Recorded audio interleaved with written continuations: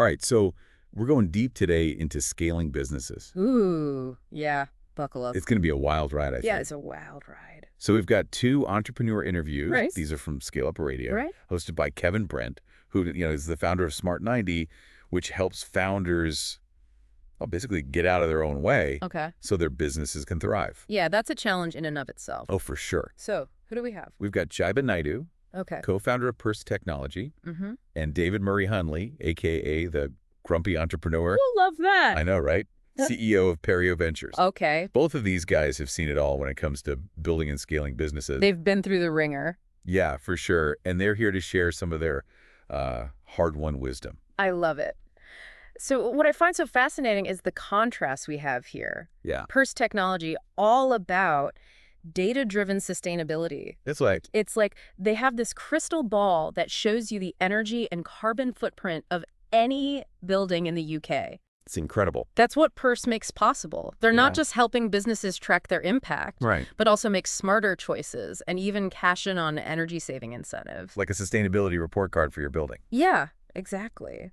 They've helped businesses save millions already. That's amazing. And reduce their carbon footprint significantly. It's incredible the impact that they're having. And then we have Perse Ventures, which they're like venture capital talent scouts. Yeah. But instead of looking for, singers and actors, Right. they're looking for the next big thing in the business world. Yeah, they're betting on the future. Exactly. David's got decades of experience. Yeah, he's seen a lot. A no-nonsense approach, which explains the whole grumpy entrepreneur title. I mean, you gotta love that honesty. You do. He doesn't sugarcoat anything. No, not at all. And his experience is going to be really valuable here. Oh, yeah. Particularly when it comes to that founder-investor relationship. Mm. But before we get into all of that, I think it would be great to hear about some of the biggest lessons each guest learned along the way. Yeah, let's get into the nitty-gritty. Yeah, I'm particularly interested in those moments where they had to pivot, adapt, or maybe even face a near-death experience for their business. Oh, I love those stories. They're always so insightful. All right, so David, Mr. Grumpy Entrepreneur himself. Okay. He really emphasized that entrepreneurship is a marathon, not a sprint. That's a classic one. It is, but it's so true. It's true. We're talking 10 years, not 3, to really see things through. A long game. Yeah, and he had this great quote, entrepreneurs need a rock in their lives. Ooh, I like that. Right? Not just any support system, but someone unshakable who can help you weather the storms. I think that resonates with what we hear from a lot of successful founders. Absolutely. It's not just about the financial risks, right, but the personal toll that building a business can take. Yeah, it's all consuming. You need that unwavering support to keep you grounded. It's like having an anchor. So he also pushed back against this whole obsession with the big exit. Oh, yeah, the whole, selling your company for a gazillion dollars. Exactly, get rich quick. Yeah, he's not about that. No, he actually believes it's better to build the sustainable business. Right. One that can thrive for the long haul. The slow and steady wins the race kind of approach.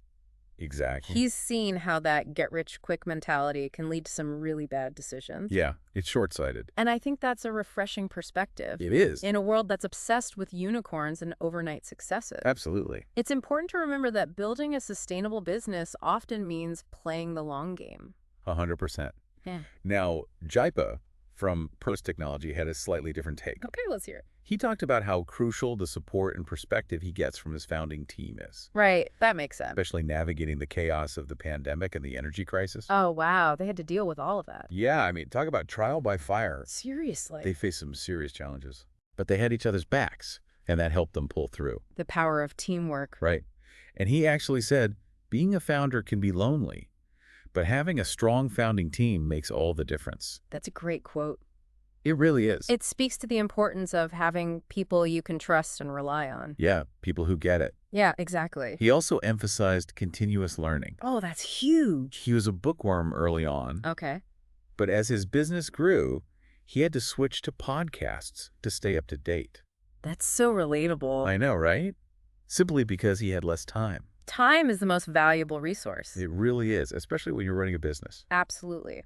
So what I find interesting is that he's also really big on transparency with his employees. Oh, tell me about that. So They actually give their team access to key metrics and revenue data. Wow, that's pretty radical. It is, but he believes that it builds trust. Yeah, it shows them that you trust them. Exactly, and it motivates people to hit those goals. It's like, hey, we're all in this together. Exactly. We're all working towards the same thing. Now, both David and Jaipal talked about the challenges of people management. Oh, yeah. As companies grow, the people problems grow too. Exactly. It's that inevitable shift from being founder-led to becoming truly team-driven. Right, like letting go of the reins a little bit. Mm-hmm. And that transition, well, it can be really tough for founders. Especially those who are used to having their hands in everything. Yeah, it's a control thing. It's like a parent learning to let go of their child as they become an adult. Oh, that's a perfect analogy. Right. You have to trust that you've equipped them with the skills and values to make good decisions. And to come to you when they need help. Exactly. So David, with his whole been there, done that mentality. Yeah. What's his take on this? Well, he's all about hiring experienced people. Makes sense. People who have a proven track record. Right. You want people who can hit the ground running. Exactly. And who are loyal to the company and to each other. Loyalty is huge. He's seen firsthand how hiring the wrong people can absolutely sabotage a business. Oh, yeah. One bad apple can spoil the whole bunch. Now, Jaipal, he actually focuses more on attitude. Okay, interesting. They look for people who are hungry to learn, grow, and commit to the journey, even when things get tough. You can teach skills, but you can't teach attitude. Exactly. He actually said, give me someone with the right attitude, and I can teach them the skills. Love that. Right. And they also really dig into how potential hires have navigated past challenges. Oh, that's smart. Yeah. You want to see how they handle adversity. Absolutely. So to kind of gauge their resilience and problem-solving skills. I think both approaches have their merits. Yeah, it really depends on the business. Yeah, your specific needs and stage of growth. Exactly. You might need that seasoned veteran to bring stability. Right. Or you might need that eager learner who can adapt to a rapidly changing environment. Okay, let's switch gears for a moment and talk about the investor side of things. Okay, let's do it. David, well, he had some pretty strong opinions about UK investors. Oh, really? Let's hear it. Saying they can be a little too risk-averse. Interesting. Which makes it tough for companies to really scale. Yeah, if you're not willing to take risks, you're not going to grow. Exactly. And he thinks this reluctance to fund companies that are doing well but aren't considered sexy or high growth, well, it's holding back a lot of potential. It's like they're playing it too safe. Now, David, being a venture capitalist himself. Yeah, he knows the game. Right. He shared some of his due diligence secrets. Ooh, insider information. The things he looks for when vetting potential investments. Okay, let's have it. He believes a lot of investors don't actually do enough homework. Really? Yeah, which can lead to some pretty costly mistakes. It's like buying a house without getting an inspection, right? Exactly. You might be smitten with a curb appeal. Right. But underneath it all, there could be some serious structural issues that will cost you a fortune to fix. You don't want to be stuck with a money pit. He also flags some red flags. Ooh, tell me more. Like founders who aren't willing to put their own money on the line. Skin in the game. Yeah, exactly. That's a big one. Or those who overestimate their company's value. They need to be realistic. Right. So what about Jaipal? What's his experience been like with fundraising? Well, he's had a ton of experience with it. Yeah, makes sense. And his takeaway is pretty simple. Fundraising never stops. Meaning? Even when you secure funding, you've got to be thinking about the next round. Always be prepared. Always. And be ready for unexpected setbacks. Because they're going to happen. Oh, yeah, they will. So they both had some interesting insights about the whole founder-investor dynamic. Oh, yeah. It can be a complicated relationship. It can be. And David, well, he was incredibly transparent about what he looks for. Okay, I'm all ears. And it's not always about the numbers. There's more to it than just the bottom line. Absolutely. No. He's really big on this idea of skin in the game. Right, we talked about that. Yeah, he wants to see founders who are personally invested. Yeah, not just financially, but emotionally. Exactly. Yeah. They need to believe in their vision enough to back it with their own resources. He's looking for passion and commitment. Yeah, that can't be faked. No, it can't. And those qualities are essential for weathering the storms. The ups and downs of building a business. Exactly. And communication is key. That's important in any relationship. It really is. Yeah. Especially when you're dealing with something as important as funding. Yeah. You can't just ghost your investors. No, David's seen too many companies fail because founders weren't transparent. Right, or they didn't manage expectations effectively. He had this great line. If you're not communicating with your investors, you're letting them imagine the worst. Oof, that's a scary thought. It is, and it's often true. So what about Jaipal? Did he have anything to say about this whole founder-investor dynamic? Oh yeah, he did. Let's hear it. He shared this awesome anecdote about one of his investors, John Mullman, who actually went out and closed a deal for Perse Technology. Wow, that's above and beyond. Right. To prove that their product was viable. That's not just an investor, that's a partner. It really is. It speaks to the importance of finding investors who are willing to roll up their sleeves. Yeah, who are actively involved. And who are actively contributing to your success. It's like having another member of your team. It really is. So it sounds like both David and Jaipal have some really valuable insights about building and scaling businesses. Oh yeah, they've seen it all. And they're not afraid to share the good, the bad, and the ugly. No, they're keeping it real. Love that. So what else do we have from these interviews? Yeah, it really highlights the difference between a passive investor and someone who's actively engaged in helping the company grow. It does. Now, something that both David and Jaipal discussed really struck a chord with me. Oh, what's that? It's this pressure cooker of the startup world. Yeah. Where everyone's chasing quick exits and unicorn valuation. It's the grow fast or die mentality. Exactly. Yeah. And David, well, he really pushed back against that. Good for him. I know, right? He argued that building a profitable, long-lasting company is ultimately more rewarding. It's about the long game. Yeah. And beneficial for everyone involved. Right. It's not just about the founders. No. He actually suggested that entrepreneurs should consider building businesses that can provide steady returns for decades. Almost like a personal pension fund. Yeah. It's such an interesting concept. It is. It challenges the traditional startup narrative. Yeah, it does. It encourages founders to think about long-term value creation instead of just chasing a quick payday. I think it's a really healthy perspective. I do too. Now, David also dropped this truth bomb. Oh, I love truth bombs. It's a good one. He said, once you take investment, it's no longer your company. Ooh, that's a tough one to swallow. It is, but it's true. Yeah, you're giving up some control. Right. He's not trying to discourage investment. Okay. But rather highlight the reality of what it means to share ownership and control. It's a partnership. Exactly. Founders need to be prepared to collaborate with their investors. And make decisions together. Exactly. It's not a dictatorship. No, it's a team effort. So he's seen how the relentless pressure to raise capital and achieve unicorn status can lead to burnout. Oh, yeah, that's a real thing. And bad decisions. It can cloud your judgment. He even shared a personal story about how he fell out of love with the startup world. Really? Yeah, he had to take a break. To recharge. To reconnect with himself and his family. That's so important. It is. It's a good reminder that entrepreneurs are human beings. Not robots. Right. And it's okay to prioritize your well-being. Absolutely. You can't pour from an empty cup. And step back when you need to. Sometimes you need to take a break to come back stronger. All right, let's shift gears and hear what Jaipal had to say about the challenges of managing people. Okay, as Perse Technology scaled, He talked about how they've tried to maintain a small team mentality. Even as they've grown to 27 people. That's got to be tough. It is. As your team expands, it's easy to lose that close-knit, collaborative culture. That's so common in early-stage startups. It's like a family. Right.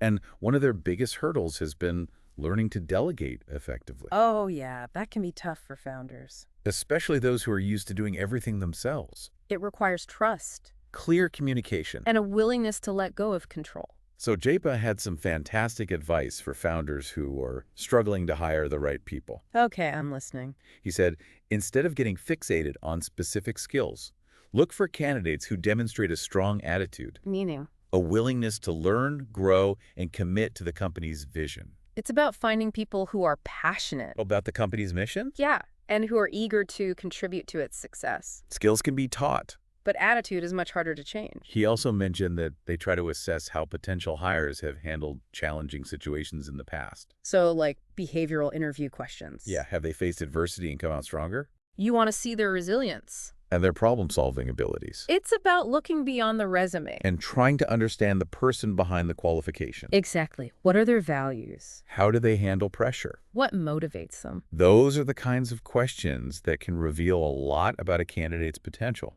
It's like peeling back the layers of the onion. Now, here's a really unique aspect of Perse Technology's culture. Okay, tell me more. They believe in radical transparency with their employees. In what way? They give everyone access to key metrics and revenue data. Wow, that's pretty unusual. It is. but it can be incredibly powerful in terms of building trust And fostering a sense of ownership. and motivating employees. Right, everyone's on the same page. And he also talked about how they've learned to give their team members more leadership opportunities. As the company has grown. This involves encouraging them to take ownership of projects, build their own teams, and develop their leadership skills. It's a smart strategy. It is. It empowers employees. And helps to build a pipeline of future leaders within the company.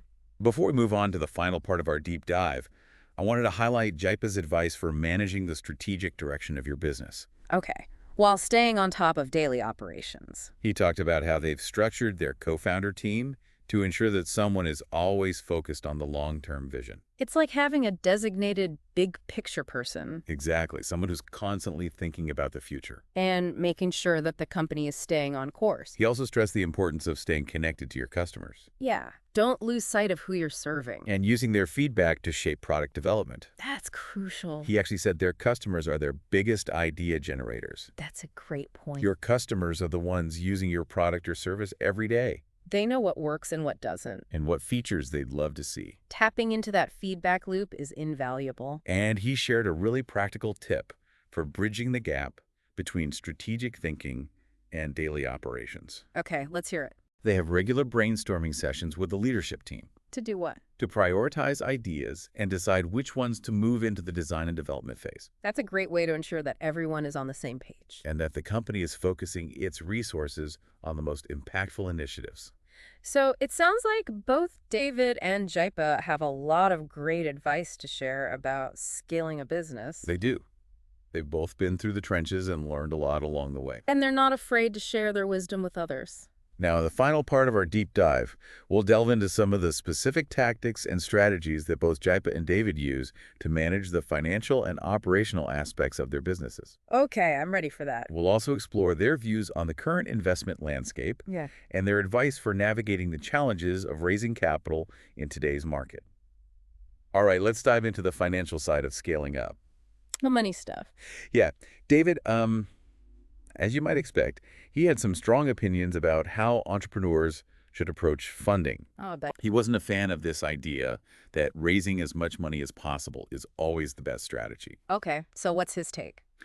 He cautioned against becoming too reliant on external funding Makes sense. and really emphasized building a business that can generate its own cash flow.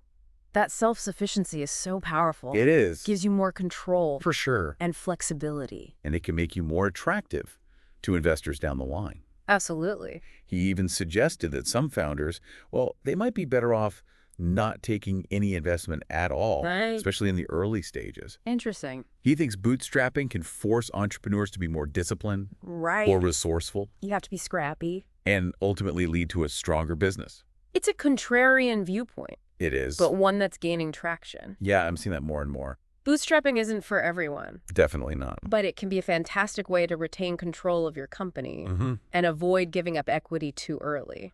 So David had this really interesting analogy Oh, I love analogies. for how founders should view their relationship with investors. Okay, let's hear it. He sees investors as customers, Customers. yeah, who need to be sold on the value proposition of the business. I love that framing. Right. It shifts the power dynamic a bit It does. and encourages founders to approach fundraising with that same level of professionalism and strategy. Yeah, like they would for any other sales pitch. Exactly. And he stressed that founders need to clearly articulate the value they're offering to investors. Right. It's not just about having a great product or service. No, it's about demonstrating how their business will generate a solid return on investment. Okay, so you got to speak their language. You do. You got to understand their motivations Right. What are they looking for? and tailor your pitch to address those needs and expectations. Because at the end of the day, investors are looking for returns. They are. And founders need to paint a clear picture of how they'll deliver. So let's hear from Jaipal on this. Okay. What's his perspective? Well, he had a very practical takeaway Okay. from his years of fundraising experience. He's been through it. He has, and he said, raising money never stops. Meaning? It's an ongoing process. Right. Even when you secure funding, You got to be thinking about the next round. always be prepared Always. and be on the lookout for opportunities. He also got real about the emotional roller coaster of fundraising. It can be tough, It can't. He talked about how crushing it can be when a deal falls through. especially after investing so much time and energy. Exactly. And he credits his co-founders and mentors for being his lifeline during those tough times. Having that support network is so crucial, It is. whether it's family, friends, mentors, Other entrepreneurs. people who've been through it. One of the most fascinating contrasts between David and Jaipal's experiences was their take on the UK investment landscape. Okay, so how did their views differ? Well, David expressed some frustration Okay, with what he sees as a risk-averse culture among UK investors. compared to the U.S. He thinks it holds back innovation. He makes it difficult for UK companies to scale quickly.